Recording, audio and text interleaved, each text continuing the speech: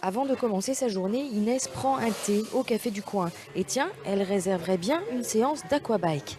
Depuis son smartphone, elle se connecte sur le site de Fieldin. Je vais voir ce qu'ils ont de disponible.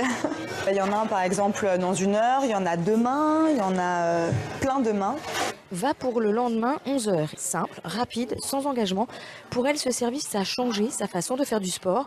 Du coup, elle réserve via Fieldin à peu près 1 fois par semaine en toute liberté.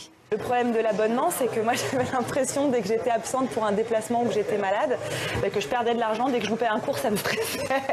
Donc là au moins je me dis j'y vais à mon rythme, c'est à la carte et je peux essayer tous les sports qu'il y a à côté de chez moi. L'avantage du coup c'est que j'ai essayé plein de trucs que j'avais jamais fait avant, ça détend.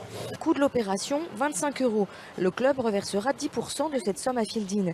Le site a été lancé en novembre dernier avec 40 centres en Ile-de-France. Il devrait en compter 600 dans 5 villes à la fin de l'année.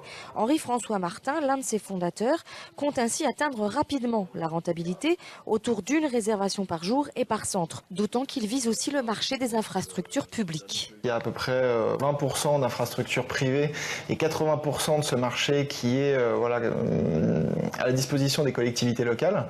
Donc d'ici quelques temps, on aura la possibilité de proposer à l'échelle d'abord de l'Île-de-France puis nationale ces infrastructures sportives publiques à l'aide d'un partenariat qu'on est en train de finaliser. Réserver un gymnase comme on réserve une chambre d'hôtel, c'est donc le prochain objectif de Fieldin qui devrait aussi boucler une levée de fonds de 2 millions d'euros et embaucher ainsi une dizaine de salariés.